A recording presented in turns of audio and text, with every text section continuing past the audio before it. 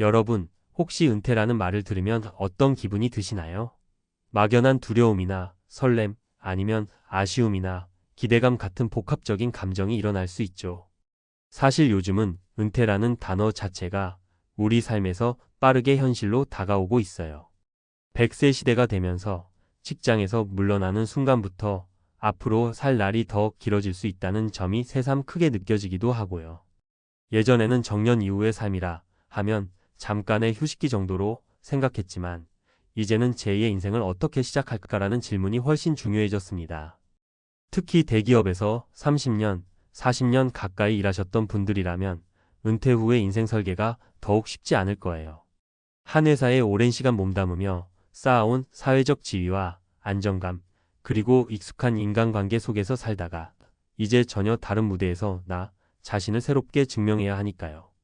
예전에는 관리직이라는 타이틀에 따라오는 권위가 있었지만 은퇴 후에는 다시 나 자체로 세상에 서 있어야 합니다. 오늘은 삼성맨에서 택시기사로 30년 경력 끝에 내린 새 선택이라는 제목처럼 대기업에서 30년 가까이 일하고 나서 택시 운전기사로 일하게 된 이야기를 중점적으로 공유해 볼까 해요.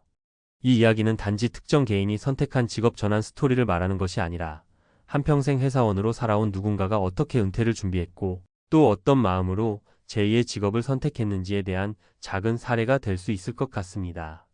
그러면 구체적으로 은퇴 이후에 택시기사를 선택한 이유부터 실제 현장에서 느끼는 감정, 그리고 앞으로의 삶을 어떻게 바라보게 되었는지까지 구어체로 풀어내 볼게요. 참고로 비슷한 고민을 하고 계신 분들을 위해 실제 사례와 조언도 3가지 정도 섞어서 말씀드리겠습니다. 1. 은퇴하고 뭐하지? 혼란스러운 시기, 갑자기 찾아온 선택지. 회사에서 30년이면 정말 내 인생 대부분을 한 공간에 바친 셈이잖아요. 그런데 어느 날 나에게 퇴직 통보 혹은 정년 도래 소식이 오면 참 어색하기도 하고 막막하기도 해요. 정년을 하면 내가 아침에 일어나 무엇을 해야 할지, 주말 같은 쉬는 날과 평일이 어떻게 다를지 막연하게 짐작은 되지만 실제로 체감해보니 전혀 다른 이야기더라고요. 지금 내 나이에 다른 회사에 들어갈 수도 없고 그렇다고 그냥 집에서 놀기에는 너무 이른 것 같고 내게 남은 선택지는 뭐가 있지? 하는 생각이 머릿속을 채워버리는 거죠. 그렇게 여러 가지 고민을 하다가 내가 운전을 좋아하니까 게다가 큰 기술이 없더라도 바로 뛰어들 수 있는 일이니 택시기사를 해볼 수 있겠다고 마음먹는 분들이 주변에 꽤 있어요. 실제로 몇몇 분들은 택시회사에서 운전기사로 일하면서 직접 소득을 만들어내고 사람도 만나고 또 시간을 의미 있게 쓰고 있습니다. 여기서 중요한 포인트는 내가 좋아하는 일 또는 내가 비교적 수월하게 할 수 있는 일을 찾았다는 거예요. 한편으로는 대기업 임원이던 분이 갑자기 택시 운전을 한다고? 라고 생각할 수도 있지만 막상 본인은 크게 개의치 않을 때가 많아요. 왜냐하면 삼성에 다닐 때부터 이미 은퇴 후 할 만한 일을 몇 년 동안 고민해 왔기 때문이죠. 어떤 일을 하면 내가 즐겁게 그리고 현실적인 소득을 챙기면서 살 수 있을까를 깊이 생각하다 보면 의외로 택시기사나 버스기사 혹은 다른 운전 분야가 꽤 매력적이라는 걸 알게 된다고 해요. 사례 1어 씨는 삼성전자 연구직에서 정년퇴직을 하고 나서 안정을 위해 휴식을 한 달 정도 취했다고 해요. 그런데 집에만 있으니 너무 답답했고 바로 무언가를 하고 싶어졌다고 합니다. 그러던 중 지인의 소개로 택시 운전을 경험하게 되었는데 생각보다 승객들과 주고받는 가벼운 대화가 재밌었다고 해요. 또 길을 찾고 운전하는데 큰 어려움이 없었고 이게 또 하나의 서비스업이구나 하는 생각에 책임감도 느꼈다고 합니다. 처음에는 내가 삼성에서 연구직을 했던 사람인데 하는 자존심 때문에 망설여졌지만 막상 부딪혀보니 직업에 대한 편견이 사라지고 손님에게 안정과 편의를 제공하는 게 작지만 뿌듯한 행복이 되었답니다. 이 길이 정말 내 길인가? 택시 운전을 하며 느낀 점. 그러면 대체 택시 운전기사로 일하면 어떤 매력이 있을까요? 몇 가지로 정리해 볼 수 있겠는데요. 수입 측면 아무래도 자신의 노동에 따른 즉각적인 수입이 생기죠. 은퇴 후에 가장 큰 고민 중 하나가 경제적 안정을 어떻게 유지할까인데 완전히 백수로 지내기보다는 일정한 수입이 생기는 쪽이 훨씬 마음이 편하다고 해요. 물론 초반에는 택시 업계가 어떻게 돌아가는지 출퇴근 피크 시간대나 손님이 많은 지역 등을 파악하는 데 시간이 좀 걸릴 수 있습니다. 그러나 어느 정도 노하우를 습득하고 루트를 익히면 일한 만큼 돈을 벌 수 있다는 점이 가장 매력적이라고들 하시더라고요. 사회적 관계 유지 또 택시기사로 일하면 하루에도 수십, 수백 명의 승객을 만나게 되잖아요. 물론 짧은 만남이긴 하지만 매번 다른 사람을 만나다 보니 세상이 이렇게 돌아가는구나. 요즘 젊은 사람들은 이런 고민을 하는구나 하는 걸 실시간으로 느낄 수 있어요. 오랜 회사 생활로 지쳤던 사람과의 관계가 이제는 오히려 신선함과 즐거움이 될 수도 있다는 거죠. 그리고 가끔은 같은 길을 자주 이용하는 단골 손님을 만들기도 해서 혼자가 아니라는 느낌을 받기도 해요. 자유로운 근무 시간 일반 회사에 다닐 때는 출퇴근 시간이 정해져 있고 휴가나 쉬는 날도 상사의 승인이나 여러 절차를 거쳐야 했지만 택시기사는 본인이 원하는 대로 시간을 비교적 조절할 수 있어요. 물론 일정 기준 이상의 근무는 필요하지만 밤에 일하고 싶으면 밤에, 낮에 일하고 싶으면 낮에 일할 수 있는 시기죠. 몸이 조금 피곤하면 휴식을 더 길게 가질 수 있고요. 이는 은퇴 후에 내 건강 상태나 라이프 스타일에 맞춰 일할 수 있다는 중요한 장점이 됩니다. 사례 이 B씨는 삼성 SDI에서 25년 동안 근무하고 나서 퇴직금을 받아 소규모 창업을 고민했지만 적잖은 투자금과 부담 때문에 선뜻 시작하기가 어려웠다고 해요. 그런데 택시 운전을 생각해보니 상대적으로 초기 투자 비용이 적고 당장의 캐시플로우도 확보 가능하다는 점이 매력적으로 다가왔답니다.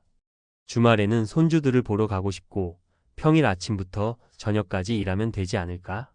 라는 생각으로 시작했는데 실제로 그렇게 운행 스케줄을 짰더니 퇴직 전보다 오히려 자유로운 삶을 살고 있다는 거예요. 이제는 오늘도 일이 있는 게 감사하고 또 이 일이 내 건강에도 무리가 되지 않아 좋다라며 만족해 하신다고 합니다. 3. 택시가 전부는 아니지만 나에게 맞는 일이 될 수 있구나. 앞으로의 설계와 조언. 물론 택시 운전이 모든 이에게 맞는 해법은 아니에요. 오래 앉아서 운전해야 한다 보니 허리나 무릎 건강이 좋지 않은 분들께는 부담이 될 수 있고 수입 역시 개인별로 편차가 클 수 있죠. 게다가 이 직업도 나름의 스트레스가 있을 수 있어요. 교통체증이나 까다로운 승객을 만나면 마음고생이 생길 수도 있고요. 그럼에도 불구하고 택시 운전을 제2의 직업으로 고려하는 분들은 공통적으로 적극성과 인간관계에서의 긍정성을 보여주십니다. 왜냐하면 나는 이제 끝났어가 아니라 조금 다른 방식으로 사회에 기여할 수 있지 않을까? 라는 도전 정신이 있기 때문이에요. 또한 택시나 버스 기사는 단순히 운전만 하는 게 아니라 사람을 안전하게 원하는 목적지까지 데려다주는 소통과 서비스의 역할도 크니까요. 사례 3CC는 삼성생명에서 영업직으로 일하다가 퇴직 후 같은 보험업계에 재취업을 시도했는데 나이가 걸림돌이 돼서 번번이 실패했습니다. 그때 우연히 노인 일자리 박람회에서 택시 운전 자격증 관련 정보를 접하고 거참 나도 운전 잘하니 해볼 만하겠다 싶어서 도전하셨다고 해요. 처음에는 엉성한 길 안내와 낯선 카카오티 시스템에 헤매기도 했지만 워낙 영업 마인드가 탄탄해서인지 금방 적응해내셨죠. 그분께서 하신 말씀이 운전만 하는 게 아니라 승객들과 부드럽게 얘기도 나누고 단골을 만드는 것도 내 영업 노하우와 비슷하더라 라고 하시더라고요. 결국 자기가 갖고 있는 장점을 살려 은퇴 후에도 즐겁게 일하며 소득을 올리는 셈입니다. 결국 은퇴 후에는 내가 정말 무엇을 잘하고 무엇을 좋아하며 어디서 보람을 찾는가? 라는 본질적인 질문을 던져봐야 합니다. 회사 생활을 오래 했다고 해서 무조건 사무직 일을 찾을 필요는 없어요. 내게 맞고 내가 원하면 그리고 사회에 조금이라도 기여할 수 있는 길이라면 도전해 볼 만한 가치가 충분하죠. 사실 나이와 직업의 공식은 예전처럼 딱딱하지 않거든요. 신입사원 연령 제한도 점차 완화되고 다양한 형태의 프리랜서나 자영업자 혹은 플랫폼 노동이 생겨나면서 은퇴 후에도 할 수 있는 일이 많아졌습니다. 결론 은퇴 후의 선택은 나의 삶을 재창조하는 기회. 삼성맨에서 택시기사로 30년 경력 끝에 내린 새 선택이라는 제목이 주는 울림은 우리에게 은퇴가 마치 끝이 아니라 또 다른 시작이 될 수 있다는 걸 보여줍니다. 30년간 쌓아온 경험과 책임감, 그리고 대인관계 능력이 사실은 어디서든 빛을 발할 수 있거든요. 그걸 새롭게 펼칠 무대가 택시라는 공간일 수도 있고 다른 업종이나 취미 활동일 수도 있어요. 대기업에서 일하든 중소기업에서 일하든 혹은 공무원으로 재직하셨든 간에 은퇴는 누구에게나 오는 과정이고 그 과정이 끝이 아닌 또 다른 시즌의 시작이 되죠. 중요한 건 그 시즌을 어떻게 맞이하느냐, 그리고 내가 어떤 태도로 도전하느냐예요. 한 번뿐인 인생에서 한 회사를 바라보는 시선이 달라질 수 있듯이 자신을 바라보는 시선도 달라져야 하고요. 그러니 혹시 지금 은퇴를 앞두고 혹은 은퇴 후의 삶이 막막하게 느껴지신다면 내가 좋아하는 건 뭘까? 내가 잘할 수 있는 것, 해보고 싶은 것은 뭘까? 라는 질문부터 차근차근 던져보세요. 그 다음에는 주변에서 작게나마 실현 가능한 일거리를 찾고 도전해보면서 나에게 맞는 직업이 무엇인지 시험해 보셔도 좋겠습니다. 겉으로 보기엔 생소하거나 예상치 못했던 길이 의외의 보람과 즐거움을 줄 수도 있으니까요. 무엇보다 중요한 건 난 이제 나이가 많으니 안 돼. 30년 동안 다른 것 해본 적도 없는데 무슨 수로? 하는 부정적인 마음을 거두고 작은 용기부터 내보는 겁니다. 나이를 떠나서 내가 새로운 일을 하고 싶고 누군가에게 필요한 역할을 해줄 수 있다면 그걸로 충분하다고 생각해요.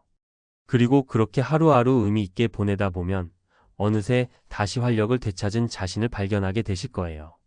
결국 택시기사라는 직업에 대한 호불호를 떠나서 누구든 은퇴 후 삶은 새로운 기회일 수 있다는 점이 가장 핵심 메시지입니다. 삼성맨에서 택시기사로라는 이야기처럼 내 경력이 무엇이든 어떤 분야에서 일했든 간에 인생 이막에서는 과감한 선택을 할 수 있다는 거죠. 그리고 그 선택이 꼭 화려하거나 대단할 필요도 없어요. 내 삶에 맞고 내가 책임감과 재미를 함께 느낄 수 있다면 그것이야말로 제대로 된 선택이 될 테니까요. 여러분도 자신만의 제2의 무대, 제2의 직업을 찾으시는 여정에서 한 번쯤은 내가 좋아하면서도 내게 현실적인 도움을 주는 길이 무엇인지 가만히 떠올려 보시길 바랍니다. 그리고 그 길에 작지만 소중한 첫 발걸음을 내딛어 보세요. 그 한 걸음이 내일의 나를 완전히 다른 사람으로 만들어 줄지도 모르잖아요. 은퇴 후 삶을 고민하시는 분들 모두 지치지 말고 자신만의 새로운 기회를 멋지게 만들어 나가시길 진심으로 응원합니다. 퇴직하면 편하게 쉴 수 있을 줄 알았지. 하지만 현실은 정반대더라. 이 말 한 번쯤 들어봤을 것이다. 평생을 직장에서 충성하며 살아온 많은 사람들이 은퇴 후 예상과는 전혀 다른 현실을 마주한다. 특히 공무원 같은 안정적인 직업을 가졌던 사람들은 은퇴 후에도 편안할 거라는 기대가 크다. 하지만 막상 퇴직하고 나면 연금만으로는 생활이 빠듯하고 기대했던 노후의 삶과는 거리가 멀어진다. 더 큰 문제는 나는 그래도 연금이 나오니까 괜찮겠지라는 아니란 생각이다. 하지만 현실적으로 월 20만 300만 원의 연금으로는 생활이 팍팍한 경우가 많다. 예전에는 연금이 곧 노후 보장의 상징이었지만 물가 상승과 생활 패턴 변화로 이제 연금만으로 버티는 것이 쉽지 않다.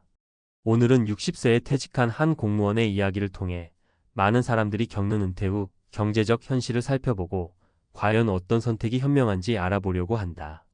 그리고 실제 사례 3가지를 통해 우리가 어떤 준비를 해야 할지 생각해보자. 본론 연금만으로는 부족했다. 그는 어떤 선택을 했을까? 사례 1 연금으로 생활이 될 줄 알았는데 마이너스 60세 퇴직 공무원의 고민. 김종호 씨 60세는 30년간 시청에서 근무한 공무원이었다. 누구보다 성실히 일했고 퇴직 후에는 연금으로 안정적인 삶을 보낼 거라 믿었다. 하지만 현실은 달랐다. 한 달에 연금이 250만 원 정도 나오는데 막상 살아보니 빠듯하더라고요. 특히 건강보험료며 각종 공과금, 생활비, 손자들 용돈까지 주고 나면 남는 게 없었어요. 더 큰 문제는 물가 상승이었다. 10년 전만 해도 250만 원이면 충분했지만 이제는 그렇지 않았다.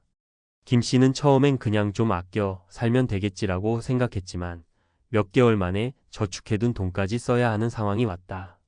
결국 그는 퇴직 후 일을 다시 시작해야 했다. 하지만 60세 넘어서 할 수 있는 일은 많지 않았다. 결국 주 3일 하루 6시간씩 주차 관리 아르바이트를 시작했다. 자존심 상하더라고요. 그래도 어쩌겠어요. 생활하려면 일해야죠. 김 씨처럼 퇴직 후 예상보다 빠듯한 경제 상황에 부딪히는 경우가 많다. 단순히 연금이 나오니까 괜찮겠지라는 생각만으로는 노후를 지킬 수 없다. 해결책 퇴직 전부터 현실적인 생활비 계산을 해보고 연금 외의 추가 소득원을 만들어 놓아야 한다. 사례 이 퇴직금으로 카페 차렸다가 망했다. 마이너스 사업 실패의 위험성.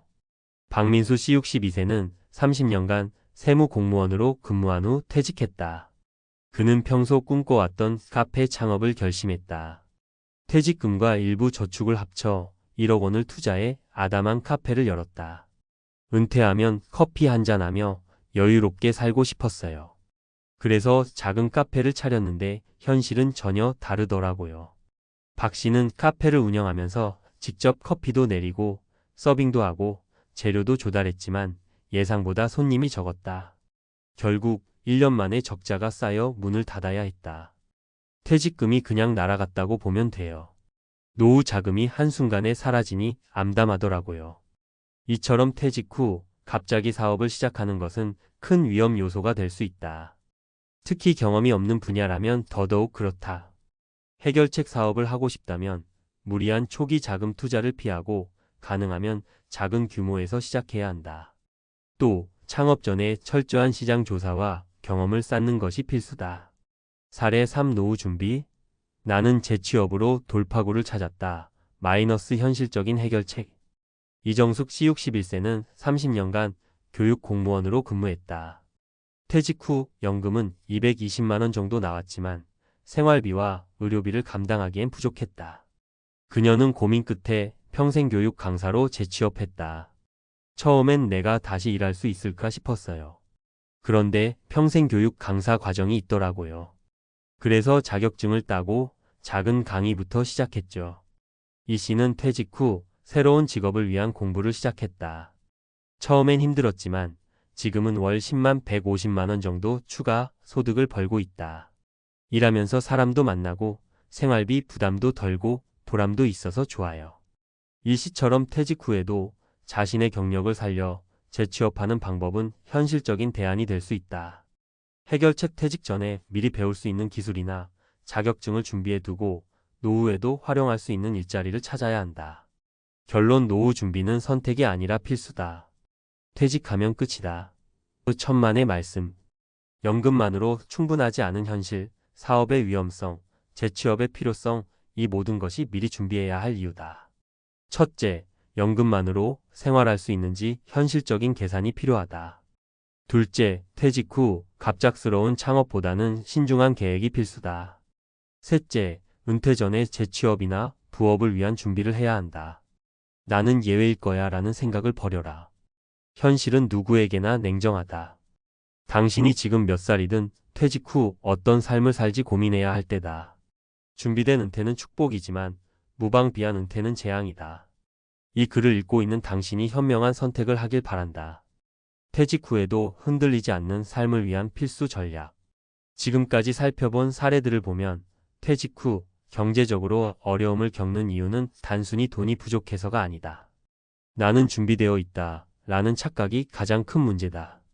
평생 직장에서 열심히 일했으니 퇴직 후엔 그냥 연금으로 살 수 있을 거라고 믿는다.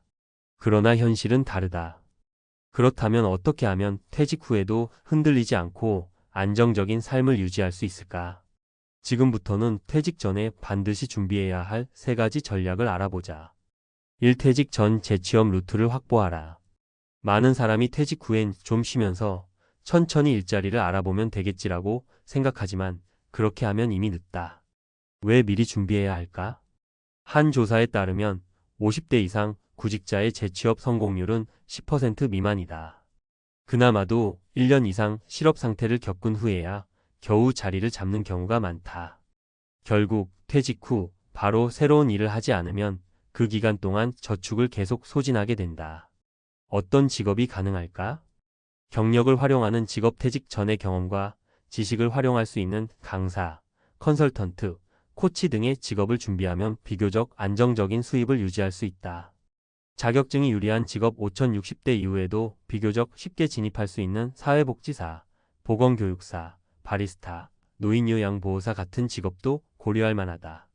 소자본 창업 프랜차이즈 X 실패 가능성이 큰 카페, 음식점보다는 소규모 온라인 사업, 중고거래, 1인 창업 등을 고려하는 것이 좋다.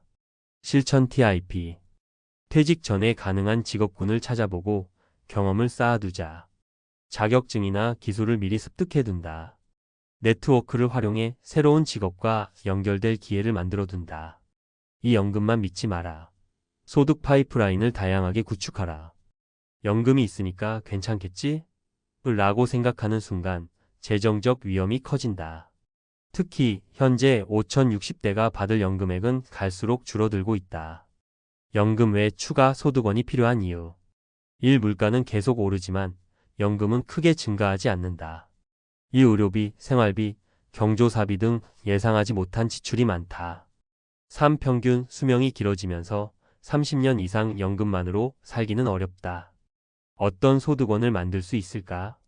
임대소득 전세를 월세로 바꾸거나 작은 부동산 투자로 월세 수익을 얻을 수 있다.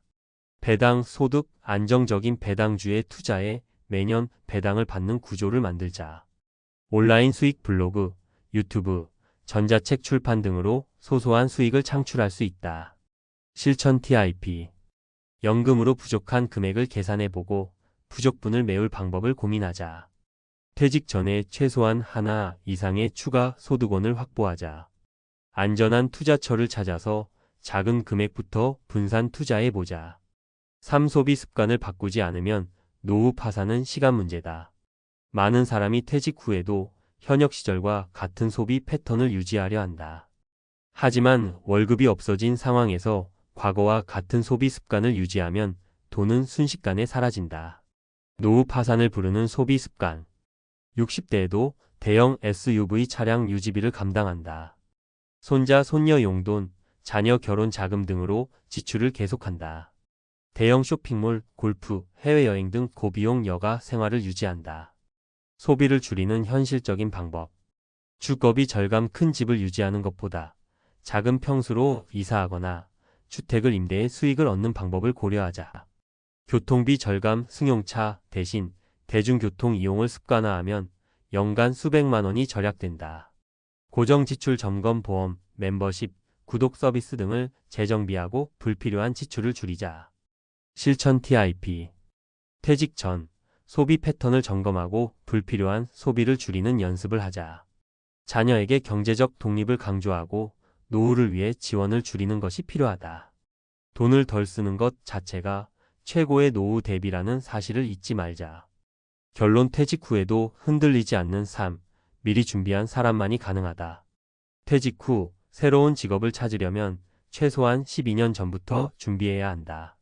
연금만 믿지 말고 추가 소득원을 만들어야 한다.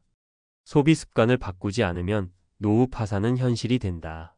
나는 예외일 거야 라고 생각하는 순간 당신도 똑같이 어려움을 겪을 수 있다. 노후 준비는 남의 이야기가 아니라 곧 당신의 이야기다. 지금 이 글을 읽고 있다면 아직 늦지 않았다. 퇴직하면 끝이 아니라 퇴직 후가 진짜 시작이다. 당신은 어떤 선택을 하겠는가? 미리 준비할 것인가? 아니면 나중에 후회할 것인가?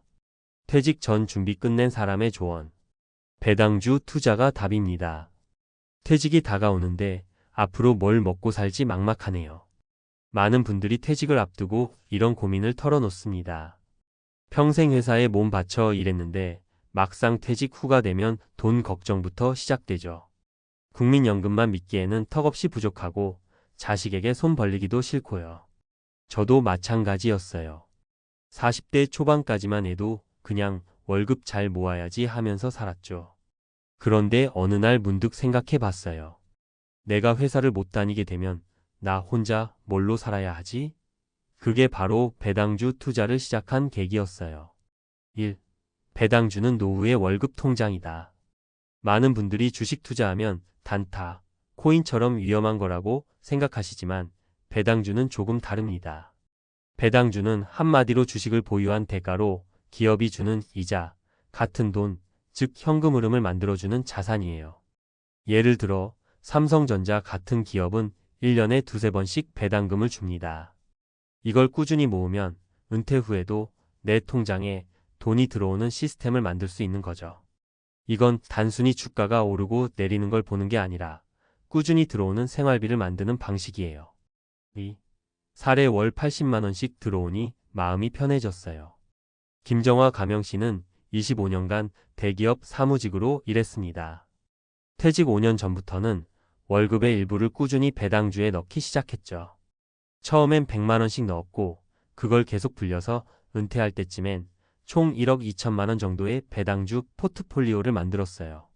결과는요? 현재 배당 수익률 8% 기준으로 연 960만 원, 월 80만 원이 자동으로 통장에 들어옵니다. 김 씨는 이렇게 말했어요.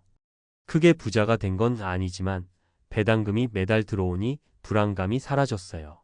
지금은 하고 싶은 봉사활동도 하고 남편과 전국 여행도 다녀요. 마음이 여유로워지니 삶이 달라졌어요. 3. 복리의 마법, 시간이라는 자산을 활용하자. 배당주는 단기간에 부자 되는 방식이 아닙니다. 하지만 시간이라는 자산을 이용하면 정말 강력해져요. 배당을 다시 투자하면 복리 효과가 발생하죠. 한번 상상해 보세요. 연 5% 배당 수익률인 주식에 매년 1,000만 원씩 10년 투자하면 원금은 1억이지만 재투자까지 하면 1억 3천만 원 이상이 됩니다. 20년이 되면 거의 2억 가까이 불어나죠. 이게 바로 복리의 힘이에요.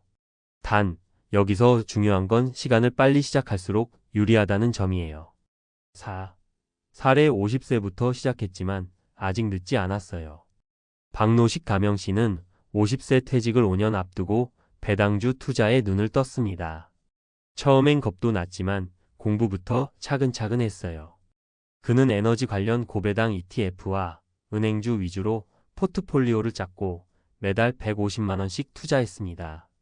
그리고 퇴직 시점인 55세에 그는 총 8천만 원 규모의 배당주 자산을 갖게 됐죠. 지금은 자영업으로 소소하게 일하면서 배당금 월 50만 원을 받고 있어요. 박 씨는 이렇게 말합니다. 지금 생각하면 더 일찍 시작할 걸 후회되죠. 하지만 50세라도 시작했기에 지금 이렇게 조금씩이라도 여유가 생긴 겁니다. 늦었다고 생각 말고 당장 시작하세요. 5. 은퇴 후 삶에서 중요한 건 현금 흐름이다. 은퇴 후 가장 큰 고민은 바로 돈이 안 들어오는 삶입니다. 회사 다닐 땐 당연히 들어오던 돈이 이제는 꺼내 쓰는 돈이 되니까요. 이게 바로 불안의 시작이에요. 그런데 배당주는 그런 불안을 덜어주는 작은 연금입니다. 국민연금은 65세부터 나오고 퇴직연금은 관리가 어렵고 개인연금은 수익률이 낮지만 배당주는 내가 직접 내 방식대로 만들 수 있는 노후 수입원이에요. 6. 사례 자식에게 손 안 벌리는 게 제일 좋아요. 이영자 가명씨는 58세에 은퇴하고 지금은 남편과 함께 농촌에서 소소하게 살고 계십니다. 이분은 30대부터 삼성전자, KT&G, 맥쿼리 인프라 같은 배당주를 모으셨고 지금은 연 1,500만 원 이상 배당금을 받으세요. 자식한테 손 안 벌리는 게 제일 좋고 내가 벌어둔 걸로 내가 사는 게 얼마나 편한지 몰라요. 적게 쓰고 꾸준히 받는 배당금 덕분에 마음도 건강도 지켜요. 7. 지금이라도 늦지 않았다. 실천이 답이다. 혹시 난 돈도 없고 늦게 시작해서 안 되라고 생각하시나요? 그렇지 않습니다. 배당주는 적은 금액으로도 시작할 수 있고 시간을 내 편으로 만들면 누구나 가능한 투자 방식이에요. 일주에 10,000원도 안 되는 금액으로 살 수 있는 종목도 많고 요즘은 국내 ETF, 미국 고배당 ETF도 잘 나와 있어요. 시작은 작게 그러나 꾸준히. 그리고 중요한 건 월급 받듯이 배당을 받는 구조를 만드는 것, 그게 핵심입니다. 마무리하며 퇴직은 끝이 아니라 새로운 시작입니다. 그 시작을 조금 더 단단하고 조금 더 여유롭게 만드는 방법이 바로 배당주 투자예요. 지금 당장 증권사 앱을 켜고 배당률을 한번 확인해 보세요. 그리고 나의 노후 통장 하나 만들어 보세요. 미래에 나가 지금의 당신에게 정말 고마워할 겁니다. 배당주 투자, 심리적 안정과 건강까지 바꾼다. 돈 걱정 줄이면 삶의 질이 올라가는 과학적 이유. 서론 돈이 없어 불안한가요? 그건 심리가 보내는 경고 신호입니다. 많은 사람들이 퇴직 후 가장 크게 느끼는 불안은 돈이 계속 나가는데 더 이상 들어오지 않는다는 현실입니다. 이 불안은 단순히 경제적인 문제가 아닙니다. 우리 뇌는 돈과 관련된 스트레스를 생존 위협으로 받아들이기 때문입니다. 그러니까 배당금이 들어와서 생활비의 일부라도 자동으로 충당된다면 그건 단순히 돈의 문제가 아니라 심리적 안전망을 확보한 것과 같아요. 그리고 이게 실제로 건강, 수면, 대인관계에도 영향을 준다는 연구 결과들이 꽤 많습니다. 뇌과학으로 보는 돈과 스트레스의 관계. 미국 MIT와 하버드대 공동연구팀에 따르면 재정적 불안은 뇌의 전두엽 활동을 저하시켜 합리적 사고를 방해하고 우울과 불면을 유발한다고 합니다. 전두엽은 판단력, 감정 조절, 계획 세우는 능력을 담당하는데 돈에 대한 걱정이 많아질수록 이 기능이 약화된다는 거죠. 즉, 돈 걱정은 단순한 생활의 어려움이 아니라 뇌가 스트레스를 지속적으로 받는 상태예요. 반면 일정한 수입원이 있거나 자산에 대한 통제력을 느끼는 사람은 스트레스 호르몬인 코르티솔 수치가 낮아지고 심장 건강, 수면의 질, 면역력까지 좋아진다고 보고돼 있어요. 배당금은 심리적인 안정제를 대신할 수 있다. 그렇습니다. 이건 단지 비유가 아니라 과학적으로 근거 있는 말이에요. 매달 일정하게 들어오는 배당금은 예측 가능한 수입이 되어주고 우리의 뇌는 이런 구조의 안정감을 느끼며 불안, 공포, 초조함을 줄여주는 도파민과 세로토닌 같은 호르몬이 자연 분비된다고 해요. 그 결과 삶의 만족도도 올라가고 작은 행복에 더 민감해집니다. 퇴직 후 나는 쓸모없어진 사람이라는 무력감도 훨씬 줄어들어요. 은퇴 후에도 돈이 아닌 삶을 살기 위해 필요한 것. 사실 배당주는 돈의 문제가 아닐 수도 있습니다. 이건 시간과 자유에 대한 이야기이기도 해요. 매달 일정한 수입이 들어오면 억지로 다시 직장을 구하지 않아도 됩니다. 진짜 하고 싶은 공부, 여행, 가족과의 시간, 운동, 봉사활동을 할 수 있는 여유가 생기죠. 그게 진짜 자유 아닐까요? 실제 사례 배당금이 삶을 바꾼 또 한 명의 이야기. 정윤석 가명씨는 56세에 퇴직하면서 극심한 불안에 시달렸습니다. 국민연금은 65세부터 나오고 퇴직금은 집 대출 갚고 나니 얼마 남지 않았죠. 하지만 다행히도 그는 10년 전부터 조금씩 투자해온 고배당주 ETF 덕분에 현재는 월 70만 원의 배당금을 받고 있습니다. 솔직히 돈이 많아서 좋은 게 아니라 당장 이번 달 생활비 걱정을 안 해도 되니까 마음이 편하더라고요. 예전엔 자다가도 벌떡 일어났는데 요즘은 밤에 푹 잡니다. 이런 사례는 많습니다. 단지 돈을 버는 게 아니라 심리적으로도 삶의 균형을 찾게 해주는 수단이 될 수 있다는 것이죠. 심리학자의 조언 은퇴 후에도 자율성과 성취감을 유지하라. 노년 심리학자 에릭 에릭스는 인간의 마지막 발달 과제 중 하나로 자율성과 자존감 유지를 꼽았습니다. 그런데 많은 퇴직자들은 소득이 끊기며 자존감이 함께 무너지는 현상을 겪습니다. 그 해결책이 꼭 이래서 버는 근로소득일 필요는 없습니다. 내가 만든 시스템이 나를 먹여 살린다는 경험, 즉 배당금처럼 수동적 소득도 자존감을 높이는 역할을 한다는 게 여러 연구에서 밝혀졌습니다. 정리하며 당신이 주체가 되는 삶을 위해 퇴직 후 가장 큰 위험은 돈이 없는 삶이 아니라 불안한 삶입니다. 그 불안을 줄여주는 첫 번째 무기가 바로 예측 가능한 현금 흐름 그리고 그것을 만들어주는 배당주 투자입니다. 지금 당장 큰 돈이 없어도 이 시간이라는 자산과 복리라는 마법을 활용하면 은퇴 후에도 건강하고 안정적인 삶을 누릴 수 있어요. 지금 작은 한 주부터 시작해 보세요. 여러분의 노후는 불안이 아닌 여유와 자유로 채워질 수 있습니다. 연금이 다가 아니었다. 60세 퇴직 후 공무원의 충격적인 하루. 안녕하세요. 사실 공무원이라고 하면 많은 분들이 퇴직하면 연금도 있고 노후 준비는 끝난 거 아니야? 라고 생각하잖아요. 그런데 막상 60세가 되어 옷을 벗고 나면 우리가 평생 겪어보지 못한 새로운 인생 과제가 우르르 몰려옵니다. 처음에는 마치 갑자기 긴 방학이 찾아온 것처럼 자유로운 기분이 들 수도 있어요. 내가 드디어 정년퇴직을 했구나. 이제부터는 진짜 내 시간을 마음껏 쓸 수 있겠지 하고요. 그런데 한두 달이 지나고 한 해가 지나면 상황이 전혀 달라집니다. 하루 종일 집에만 있다 보면 그나마 회사 혹은 관공서라는 정해진 틀이 없으니 일상 리듬이 무너지고 할 일 없이 TV만 보다가 신세 한탄으로 빠지기 쉽습니다. 그러다 보니 내가 진짜 뭐하고 살지? 하는 막막함이 확 몰려오죠.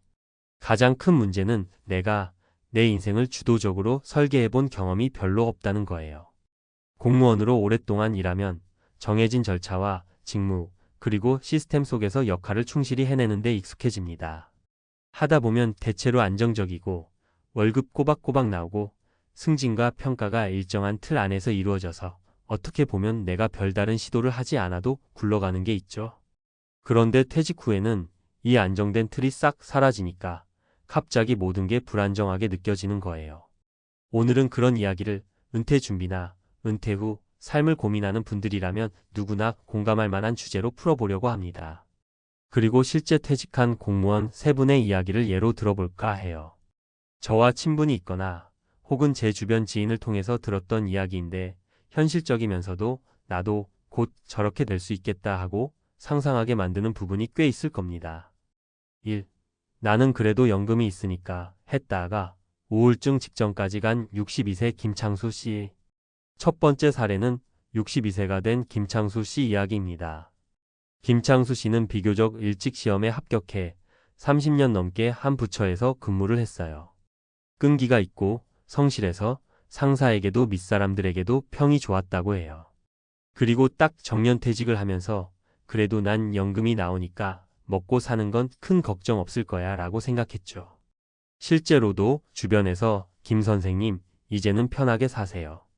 여행도 다니시고 손자도 보시고 노후가 든든하시겠습니다 라며 부러워했습니다.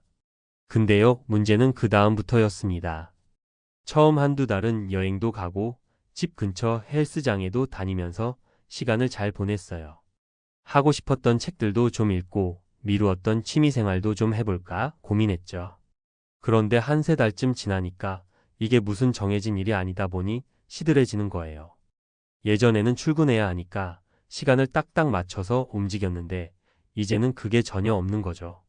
그러다 보니 아침에 일어나는 시간도 점점 늦어지고 헬스장도 귀찮아져서 안 가게 되고 하루 세끼 식사도 대충 때우게 됩니다. 집에서 TV를 켜놓고 멍하니 보는 것도 어쩐지 공허해지고요. 그러면서 자신도 모르게 자꾸 우울감을 느끼게 됐다고 해요. 내가 이렇게 아무것도 안 하고 살아도 되나?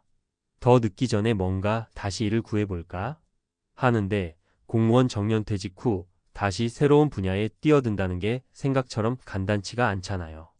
주변에 이력서를 넣어봐도 경험이 없는 분야라서라거나 연세가 많으셔서라는 식으로 돌려 말하며 고개를 젓습니다.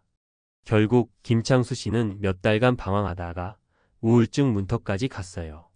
집에서 가족과 대화도 줄어들고 온종일 방에 틀어박혀서 스마트폰으로 유튜브 영상만 보는 날들이 계속됐죠.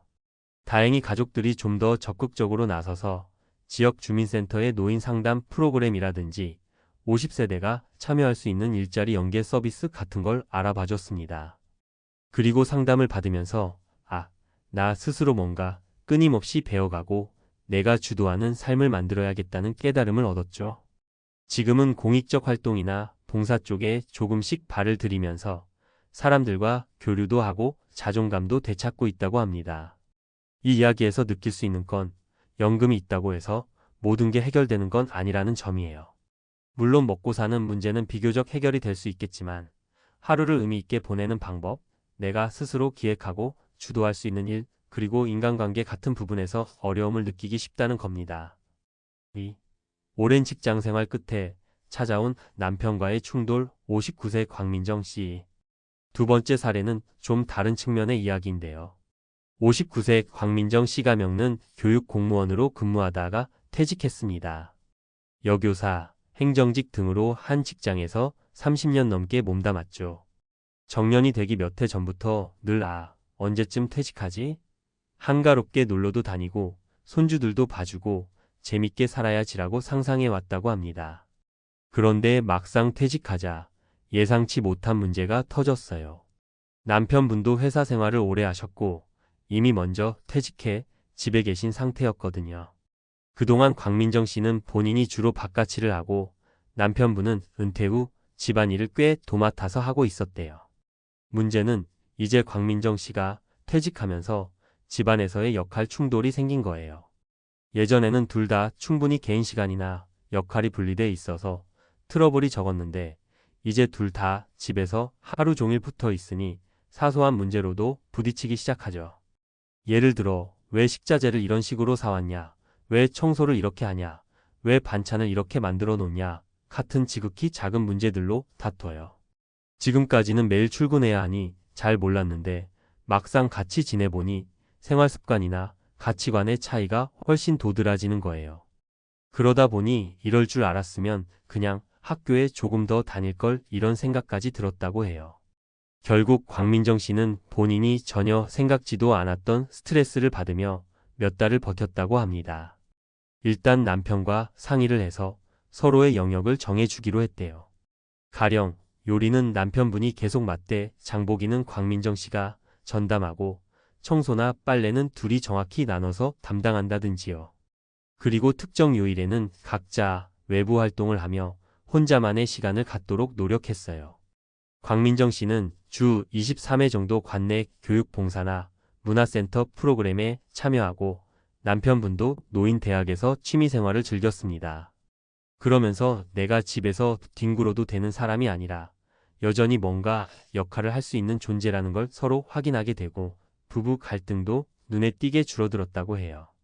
이 사례에서는 은퇴 후 부부가 한 공간에서 24시간 붙어 있을 때 생기는 갈등이 매우 현실적입니다. 직장에서는 일로 바빴는데 정년퇴직 후에는 갑자기 부부가 하루 종일 함께 지내야 하니까요. 그래서 사전에 역할 분담이라든가 각자의 관심사 취미를 찾는 등의 대화와 조정이 무척 중요하다는 걸 느낄 수 있습니다. 3. 보람을 찾아 떠난 제2의 커리어 61세 이도훈 씨. 세 번째 사례는 조금 더 긍정적이고 도전적인 이야기를 들려드릴게요. 61세 이도훈 씨가 겪는 세무 관련 공무원으로 35년 이상 근무한 베테랑이었습니다. 퇴직 후에는 그동안 몸이 많이 지쳤으니 좀 쉬자는 마음으로 처음엔 한 1년 정도 아무 일도 하지 않았어요. 여행도 가고 동창들 만나서 골프도 쳐보고 손주들 봐주며 나름 평화로운 시간을 보냈다고 해요. 그런데 시간이 흘러갈수록 몸은 분명 편해졌지만 마음은 점점 허전해지는 겁니다. 자신이 쌓아온 경험과 노하우를 그냥 묻어두는 게 왠지 아깝게 느껴졌고 동시에 내가 진짜 이대로 인생 마무리하면 좀 섭섭하지 않을까? 라는 생각도 들었다고 해요. 그래서 본인이 가장 잘할 수 있는 일, 즉 세무회계 지식을 활용해 볼 수 있는 제2의 커리어를 찾기 시작했죠. 그렇게 알아보다가 지역 사회적 기업이나 소규모 자영업자들에게 세무나 재무 컨설팅을 해주는 봉사 프로그램이 있다는 걸 발견했어요. 처음에는 내가 새로운 시스템에 적응하기 어렵지 않을까? 걱정했지만 막상 시도해보니 일 자체는 예전 직장 생활에서 하던 것과 크게 다르지 않았습니다.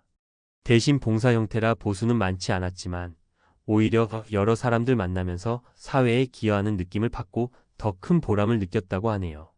점점 입소문이 나면서 이도훈 씨는 이후에 작은 회계사무소와도 협업을 하게 되고 그쪽에서 주 23일 정도 재택근무 비슷하게 일을 맡아볼 수 있게 됐습니다. 한 달에 며칠만 출근해도 되고 나머지 날들은 집에서 서류 검토나 전화 상담으로 충분히 커버할 수 있으니까요.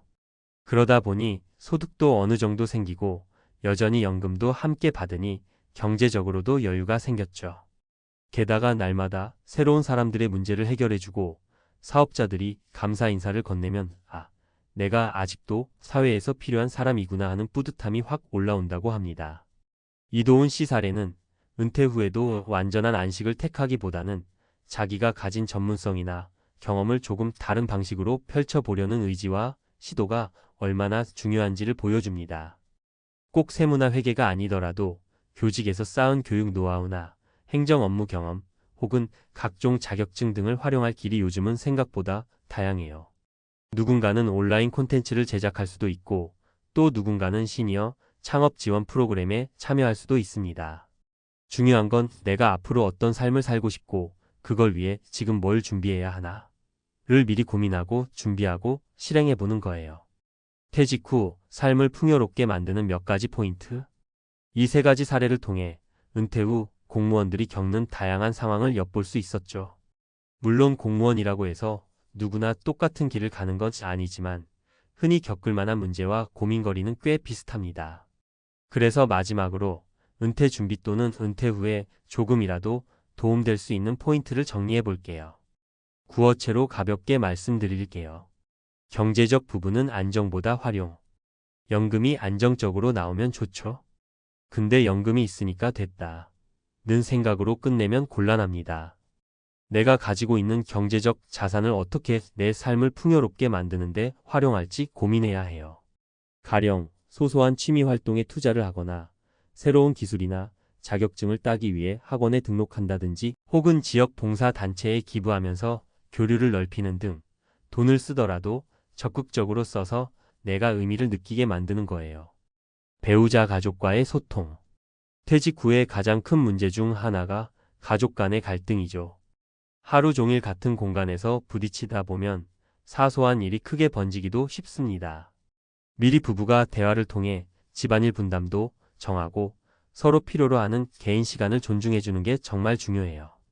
당신도 하고 싶은 취미 찾으세요. 나도 교육 봉사 갈 테니까. 이렇게 서로의 일정을 맞춰주면 오히려 함께하는 시간도 질이 올라가죠. 사회적 관계와 활동 유지. 직장 동료들이나 지인들과 완전히 끊기면 어느 순간 나 혼자 세상에 떨어진 느낌이 들 수 있어요. 그래서 은퇴 후에도 동호회, 봉사단, 사회교육 프로그램 등을 통해서 새로운 사람들을 만나는 게 좋아요. 처음에는 조금 어색해도 사람들하고 교류하면서 또 배우고 느끼는 게 많습니다. 내가 늘 같은 사람들, 같은 장소에서 맴돌다 보면 우울감이 더 깊어지거든요. 내가 지금까지 해온 일에서 새로운 가치를 찾기. 앞서 이도훈 씨 사례처럼 공직 생활에서 익힌 지식 기술 경험을 다른 방식으로 쓰는 길이 의외로 많아요. 봉사도 좋고 재취업도 좋고 자문 역할을 하는 것도 좋고요. 돈을 많이 벌고 안 벌고를 떠나서 나는 아직도 뭔가 쓸모 있는 사람이라는 느낌을 받는 게 건강한 정신에 매우 중요합니다. 취미나 소소한 도전, 규칙적인 생활. 꼭 다시 일을 하지 않더라도 일상의 리듬을 잡아줄 무언가가 필요해요. 예를 들어 매일 아침 7시에 일어나서 가볍게 산책하기, 아침 식사 후에 1시간씩 독서하기, 주 3회는 수영장 가기, 주말에는 텃밭 가꾸기 같은 식으로 소소한 일정표를 짜놓으면 조금 더 규칙적으로 살게 됩니다. 그 안에서 내 삶에도 루틴이 있고 내가 할 일이 있구나 하고 느끼게 되니까요. 맺으며 결국 은퇴 준비나 은퇴 후 삶에서 가장 중요한 건 내가 어떤 일을 하든 그것이 나를 성장시키고 내가 소속감을 느끼도록 만들어주는가 하는 부분인 것 같아요. 공무원 생활할 때는 일 자체가 주는 안정감이 있고 관료제 시스템 속에서 정해진 루틴이 있었죠. 하지만 이제 퇴직하면 그 익숙한 틀이 사라지고 진짜 내 인생의 주인이나 자신이 되어야만 합니다. 이 과도기가 너무나 낯설고 어려울 수밖에 없어요.